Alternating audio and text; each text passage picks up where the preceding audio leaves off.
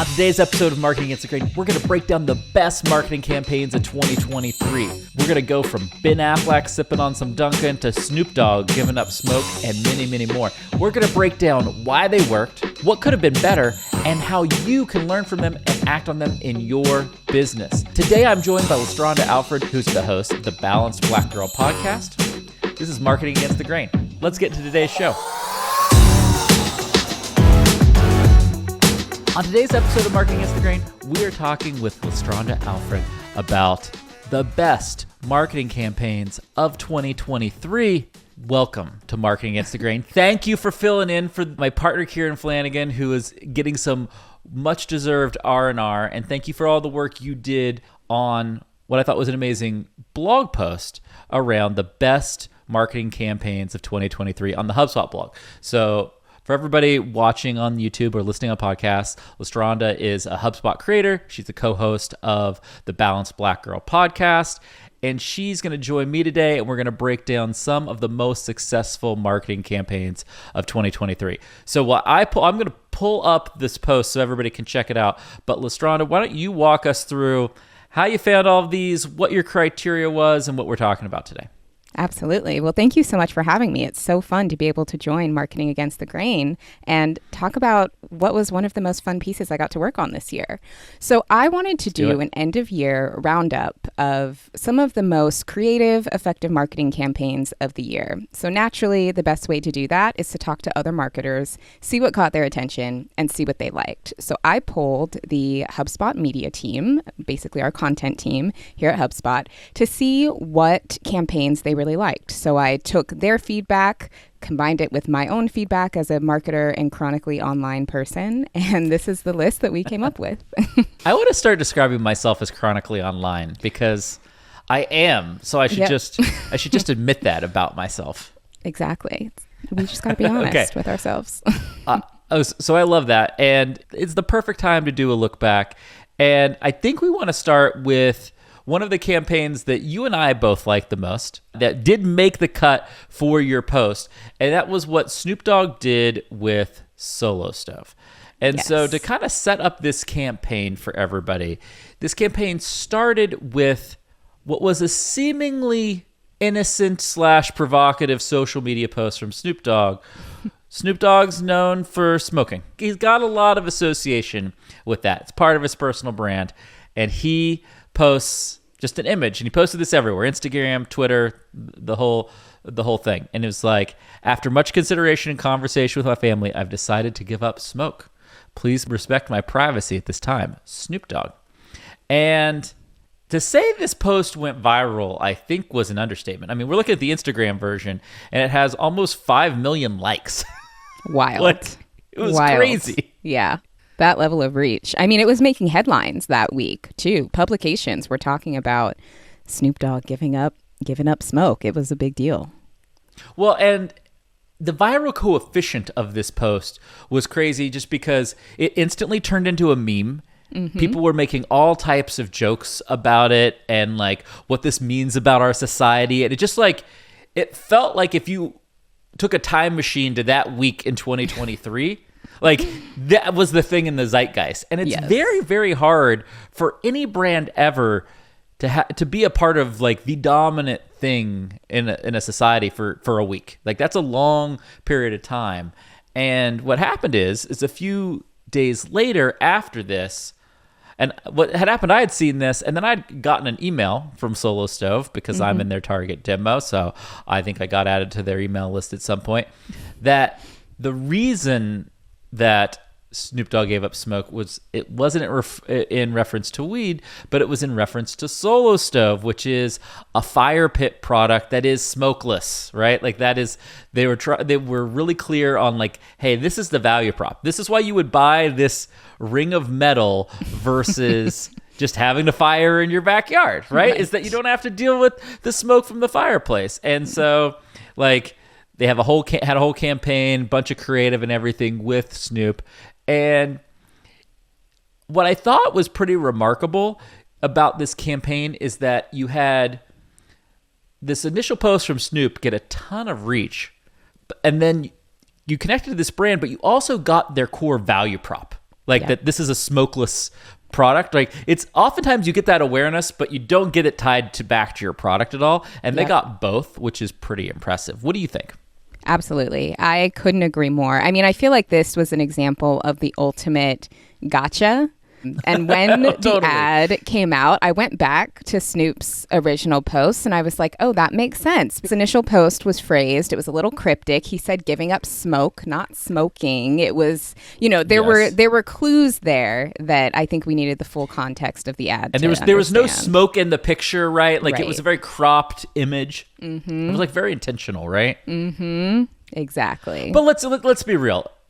How much did you feel it was a bait and switch? This is my big gripe with this campaign. I feel like it was very bait and switchy, but what do you think? Oh, absolutely. Absolutely agree. I mean, I think it really played up Snoop's personal brand and what we all associate him with, and that is what really carried the conversation here. Yes, but it was also like so separate from what you thought the joke and the story was that you're like, wait, like if he had done this for any type of smoking product or other things, you would have been like, oh, I kind of get the correlation. You're like, wait, this is a fireplace thing? Right. Yeah. Like, I mean, this isn't Google switching out the Gemini videos and doing faux Gemini videos on us, but it's a little bit of a bait and switch. Definitely was. Yeah. And then with their press release that they also came out with saying that Snoop was their official spokesman instead of spokesman, it was just, yeah.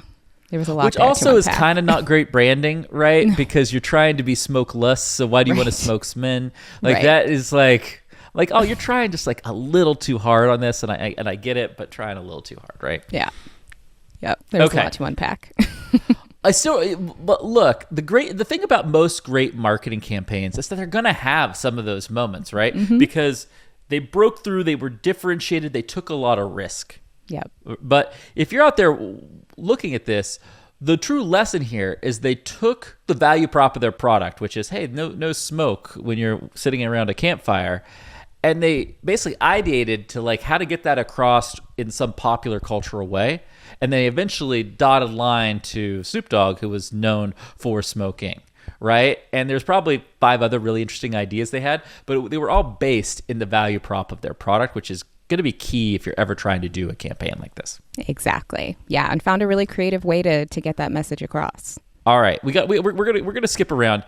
I want you to break down for everybody what Nicki Minaj did this year, because I also thought this campaign was great. I think this is probably one of your favorite ones from our pre-show conversation. So walk through what happened here for everybody watching.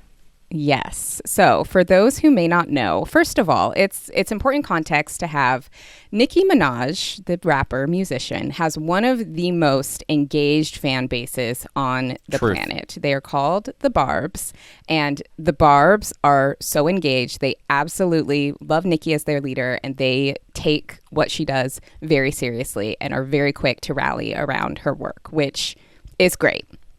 So earlier this fall, Nicki was releasing a new album, and to tease this album, she released the album cover about 2 months before it came out on social media, and her fan base, the Barbs, got really excited about it. Now, this image, very on brand for Nicki. It's like her with a futuristic background. There's lots of pink. I'm pulling it up now. It's like super iconic and super in her style, right? It is. It's like super on brand. It's a gorgeous image. All of this pink, very on brand for her. And there's this very futuristic cityscape behind her.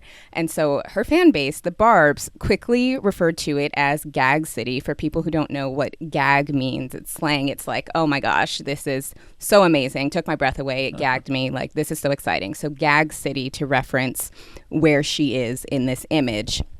Her fans then took to AI to generate their own images of Gag City, creating all of these like pink images that completely flooded Twitter for a while. And it was absolutely wild to see. You could not, at least I could not, scroll through Twitter, or X, I should say, without seeing all of these super pink AI generated images. And then it got so popular that some brands started hopping on. So like Baskin Robbins did it, Bing, the Empire State Building, like all of these brands started hopping on, creating their own kind of Pink Friday 2 gag city images. And it went wild. And it's like the perfect example of UGC like to the nth degree. Well, what's interesting about this, right, is you made the key point here, is that she didn't try to make this happen. This was an outcome of a highly engaged community of people. Like, she has more than just an audience, right? She has this community of listeners that are deeply engaged.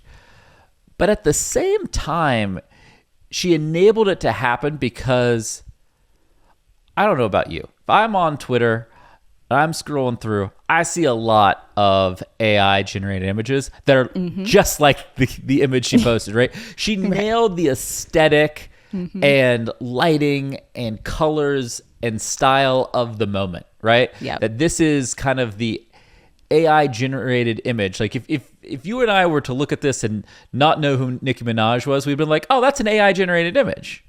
And so it just like subconsciously made total sense that people would go and like build on it with their own interpretation using different AI image tools. Absolutely. Yeah. And just the level of awareness that this garnered for her album was almost better than anything that like a record label could have planned to do. And it was a picture. It wasn't like some big campaign. Like, no, you know, just compared to what some of the other folks on your list did, this was literally a picture. Yeah. Just the album cover, buy it in 2 months. And like, it then took on a life of its own. It underscores that the amount of work and campaign work you have to do is inversely correlated to your audience engagement, right? If you don't have low awareness or an audience that doesn't care or know much about you, you have to do a lot of work. You know, you got to coordinate, you got to orchestrate, you got to partner with other celebrities and other things to kind of get with their audiences. But if you have that big audience, then you just need the right, you know, fire starter, for the sake of the solo stove conversation, to get them going, to get them to care and start to take some action. And I think that, to me, is the most remarkable thing about what Nicki Minaj did, is that it seems like she was the ultimate like community leader of 2023 that really enabled her tribe to go and spread the word for her. Absolutely. I mean, I think, you know, community managers could learn a lot from the Barbs and like that community and how they operate and rally around her work, because it's truly incredible to see. Completely agree. I thought the depth of community engagement was unlike anything I'd ever seen. And I'll be honest with you, I thought the work that the brands did around it, this is a good kind of secondary takeaway for people who might be watching or listening to today's show, is that if you don't have, you know, a community like Nicki has, you can do what some of the brands did, right? Which was participate in that community and gain a little bit of credibility with that community, right? And you mentioned what Baskin Robbins and Microsoft and others did, but I think that is an effective way to do it. But you have to be following the zeitgeist, the popular culture, and you need to act quickly and in a relevant way. And that's what I think where a lot of companies out there fail. Yeah, agreed. Is they're like the last of the party, they don't know what's going on, and it's kind of like, or the execution's kind of like way too corporate, and like that becomes the issue. Yep, you got to be able to move quickly and make it relevant and a little funny, you know, so that people want to be involved. All right, we have to go to one of my favorites, which is just like the ongoing weird union of Dunkin' Donuts and Ben Affleck. Yes. Because it's like, look, it'd be one thing if Ben Affleck had just been part of the Dunkin' Donuts Super Bowl commercial. That would have been great. It was a good commercial. But they've kind of turned him into this passive brand ambassador, in that like he like served coffee at the Cambridge Dunkin' Donuts in Massachusetts. For those who don't know, Ben Affleck grew up here in the Boston area, grew up in Cambridge. He was serving coffee there. He's like always photographed carrying a Dunkin' Donuts coffee around, and people love to make Ben Affleck memes because he always looks like sad and unhappy. You know, it's like the sad Ben Affleck memes. Like a month ago, he now even has a pair of custom Dunkin' Donuts Nike Dunks. Like, he's a big sneaker guy. And so he's like wearing his Dunkin' Donuts Nikes around.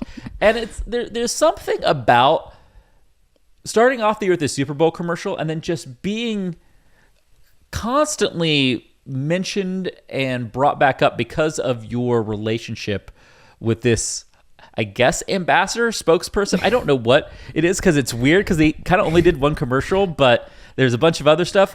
There's been a few commercials, actually. Yeah, okay, has there been a few? Okay. There's been a few throughout the year. It started with the Super Bowl commercial. And it was interesting because that was the first time Dunkin' did a Super Bowl commercial. So that was kind of a interesting landmark for them. But he's actually done a few commercials for Dunkin' over the year. I think the most recent one was in the fall. It was a commercial with him and Ice Spice, which is like such an interesting pairing, because I don't know. I don't fully understand the pairing there. But I think what I love about the Dunkin' Donuts Ben Affleck relationship is just how authentic it is. If him as a Massachusetts native, there's paparazzi photos of Ben walking around with a Dunkin' cup in his hand, dating back 20 years. Like, just a very, very as authentic long as you can remember. Pairing. Yes. From the first time he was with J-Lo, he was like drinking Dunkin' Donuts coffee.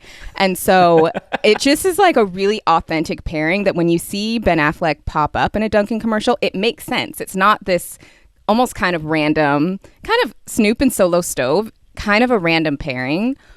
Yes. Ben Affleck's and Dunkin' Donuts, like, not random. It actually makes a lot of sense. And it seems like he's just kind of leaning into this internet persona that we have of him being grumpy, drinking coffee.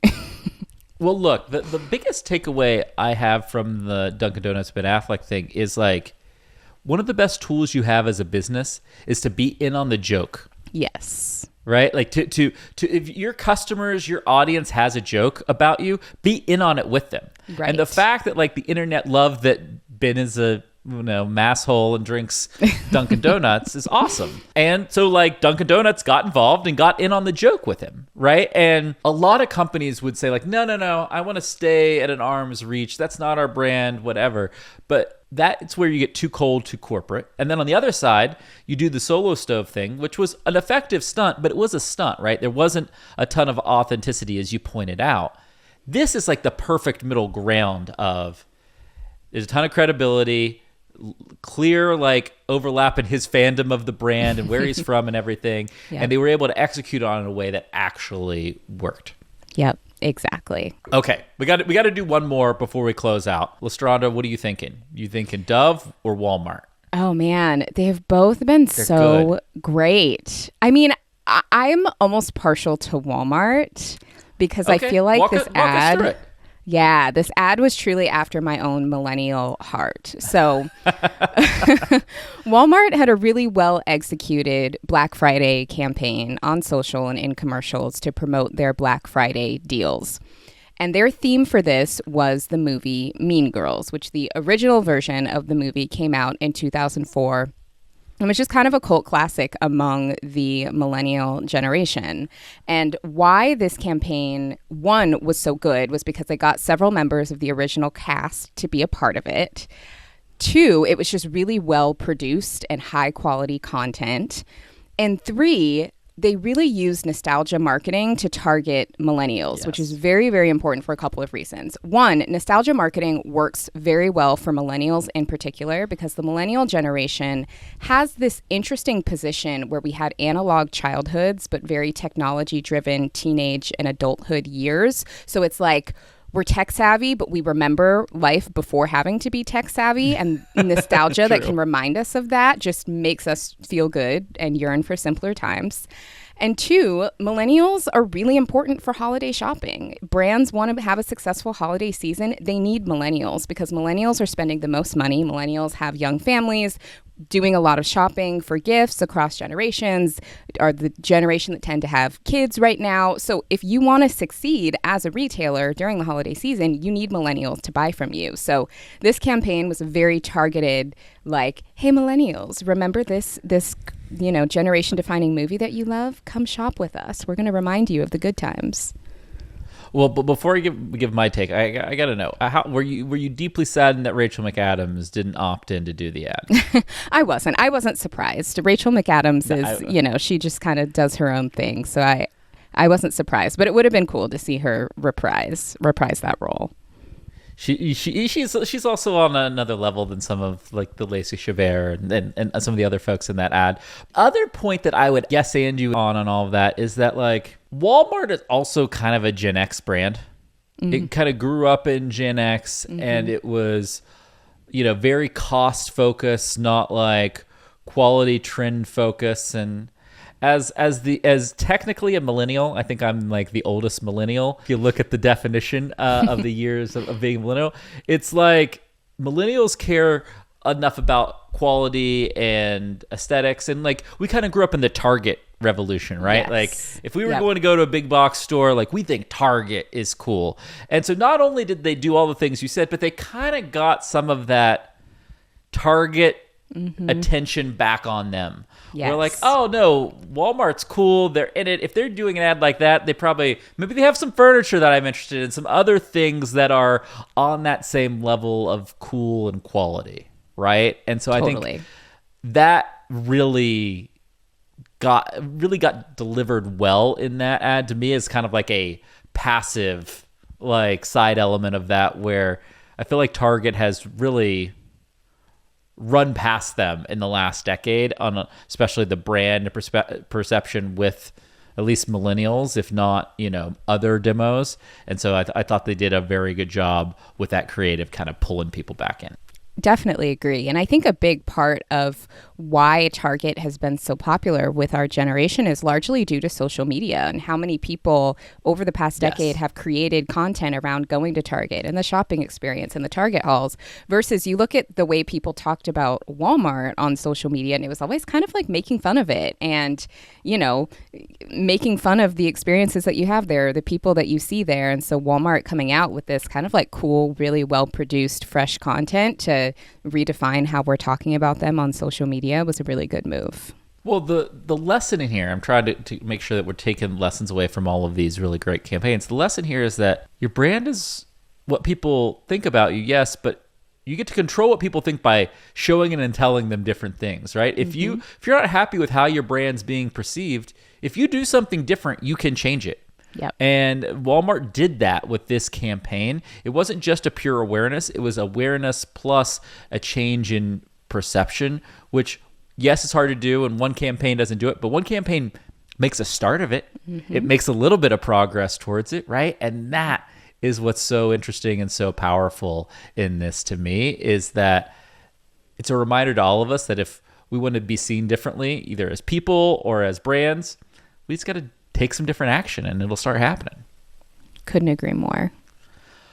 All right. We covered 5 really awesome campaigns. Before we go, in all of your research, were there any other honorable mentions? Any other shout outs that we just quickly want to say, like, that was cool. Like, I really admired what they did. Yeah. I mean, we can't talk about solid campaigns in 2023 without at least mentioning Barbie. And I know we've talked about Barbie a lot. I've written multiple blog posts about Barbie for the HubSpot blog. I know you and Kieran have talked about it, so we don't need to go into too much detail. But just from an overall, like, robust, well-executed multi-channel campaign, the Barbie movie really nailed it this year, so I have to mention it. It was the best orchestrated campaign, right? Yes. Like, just planned, deeply, broadly organized to every level, orchestrated at the perfect timeline. Like, they nailed that, and that will be a case study in how to do that well, and is a reminder to all of us that the more lead time and planning you have can sometimes be a good thing if your sights are set big enough, which is pretty awesome. Yes. Now I would ask anybody watching on YouTube, if you had a favorite campaign of 2023 that myself and Lestraundra did not cover, link it down in the comments. We want to know about it. We want to know if we missed anything. We'll interact in the comments, give you our take on it. Also, hit that like, hit that subscribe button. We'd love to see you on future episodes. And Lestraundra, thank you so much for filling in with Kieran, being here with us today, and breaking down 2023's best campaigns. Thank you for having me. Perfect. All right, everybody. We'll see you next time on Marketing Against the Grain. This data is wrong every freaking time. Have you heard of HubSpot? HubSpot is a CRM platform where everything is fully integrated. Whoa, I can see the client's whole history, calls, support tickets, emails, and here's a task from 3 days ago I totally missed. HubSpot. Grow better.